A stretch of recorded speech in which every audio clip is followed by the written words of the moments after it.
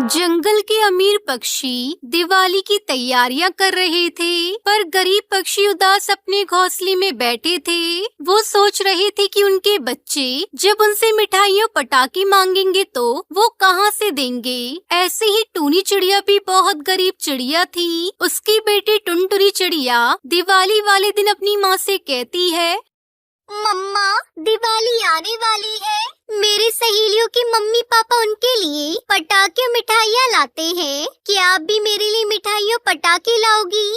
तुम्हें तो पता है तुम्हारे पापा अब इस दुनिया में नहीं हैं। अगर वो होते तो हम भी तुम्हारे लिए पटाखे और मिठाइयाँ लाते। मुझे काम करके जो भी थोड़े बहुत पैसे मिलते हैं उनसे मैं बहुत मुश्किल से भोजन जुटा पाती हूँ। मम्मा, आप हर बार मुझे यही कहती हो कि पैसे नहीं है। इसमें मेरा क्या दोष है? आप मुझे कोई भी खुशियाँ नहीं देती हो। मैं जा रही हूँ नदी पर अपने दोस्तों से मिलने। टुनटुनी चिड़िया नदी पर चली जाती है। वहाँ पर कालू कौवा भी उदास बैठा था।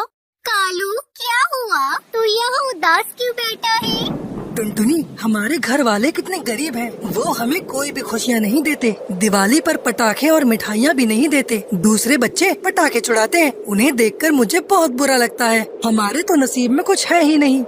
हाँ कालू, तू सही कह रहा है। हमारा नसीब बहुत बुरा है। आज मैंने भी मम्मा से बोला तो उन्होंने मुझसे कहा उनके पास पैसे नहीं है। अगर हमारे पापा जिंदा होते तो हम भी दिवाली धूमधाम से मनाते और अच्छी अच्छी मिठाइयाँ खाते। पर अफसोस, ऐसा कुछ नहीं है। वो दोनों नदी पर बैठकर बातें कर रहे थे। तभी वहाँ बबली कबूतरी की बेटी लूसी कबूतरी आती है। लूसी बहुत अमीर पक्षी थी, इसलिए टुनटुनी चिड़िया और कालू उससे बात करने पर भी कतराते थे। क्या हुआ? तुम दोनों क्यों रो रहे हो? मुझे बताओ, क्या बात है? लूसी, क्या फायदा तुम्हें बताकर? तुम तो अमीर माँ बाप की बेटी हो। तुम्हें तो सब कुछ मिल जाता है जो तुम चाहती हो। हमारी मम्मी बहुत गरीब है। वो तो हमें दिवाली पर पटाखे भी खरीद कर नहीं दे सकती। तुम जाओ यहाँ से, हमसे बात मत करो। वैसे भी तुम्हारी मम्मी को हमसे बात करना पसंद नहीं है। तुम दोनों मुझे अपना दोस्त भी कहते हो और मुझे यहाँ से जाने को भी कह रहे हो। तुम दोनों उदास मत हो। तुम दिवाली के दिन मेरे घर आना। हम सब एक साथ मिलकर इकट्ठे पटाखे जलाएंगे। लूसी कबूतरी की बातें सुनकर कालू कौवा टुनटुनी चिड़िया खुश हो जाते हैं, लेकिन टुनटुनी चिड़िया लूसी के घर जाने से डरती है और वो लूसी से कहती है, लूसी, एक बात बोलूं, तेरी मम्मी हमें भगा तो नहीं देंगी, क्योंकि तेरी मम्मी को हम पसंद नहीं है। तू ऐसी बातें मत कर। अगर मेरी मम्मी कुछ बोलेंगी तो मैं उन्हें समझा दूंगी। अब तुम दोनों चलो मेरे साथ, वरना मैं भी दिवाली नहीं मनाऊंगी। ठीक है, चलते हैं। अब दिवाली वाले दिन कालू कौवा और टुनटुनी चिड़िया लूसी कबूतरी के घर पहुंचते हैं। ये देखो, मेरे पापा मेरे लिए कितने सारे पटाखे लाए हैं। चलो इन्हें छुटाते हैं। मैं फिर से कह रही हूँ लूसी, तुम्हारे मम्मी पापा हमें देखकर गुस्सा करेंगे। चल कालू, चलते हैं। इसकी मम्मी हमारी तरफ ही आ रही है। नहीं टुनटुनी, तू बेकार में डर रही है।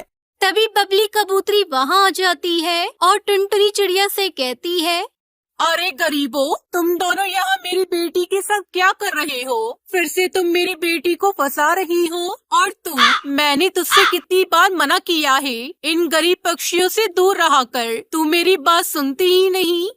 मम्मी, ये मेरे दोस्त है। मुझे इनके साथ रहना अच्छा लगता है। मुझे इनके साथ दिवाली मनाने दो ना। कालू, चलो यहाँ से। हमारी वजह से इनकी दिवाली भी खराब हो जाएगी। कालू और टुनटुनी चिड़िया लूसी के घर से थोड़ी दूर एक पेड़ पर बैठ जाते हैं और लूसी को पटाखे जलाते हुए देखने लगते हैं। तभी टुनटुनी चिड़िया कालू कौवे से कहती है, कालू, वो देखो, लूसी के पास पटाखे का पूरा पैकेट रखा हुआ है और वो पटाखे जला रही है। इससे खतरा हो सकता है। तभी अचानक से एक चिंगारी पटाखों के पैकेट पर गिरती है और पटाखे धो धोकर जलने लगते हैं। तभी टुनटुनी चिड़िया वहाँ आती है और लूसी को पटाखे से दूर ले जाती है। मेरी बच्ची तो ठीक तो है ना? तुझे कहीं चोट तो नहीं लगी? अगर तुझे कुछ हो जाता तो मैं तो जी नहीं पाती। मम्मी, मैं ठीक हूँ। बल्कि आप टुनटुनी से पूछिए, वो ठीक है या नहीं। उसने ही पटाखों से मेरी जान बचाई। टुनटुनी मुझे माफ कर दो। आज तुम्हारी वजह से मेरी बच्ची बाल बाल बच गई। तुम दोनों मेरे साथ चलो और पटाखे जलाओ। अब तुम लोग हमारे साथ दिवाली मनाओगे और खूब मिठाई भी खाओगे। ये सुनकर कालू कौवा टुनटुनी चिड़िया बहुत खुश होते हैं और सभी खुशी खुशी पटाखे जलाते हैं और दिवाली धूमधाम से मनाते हैं।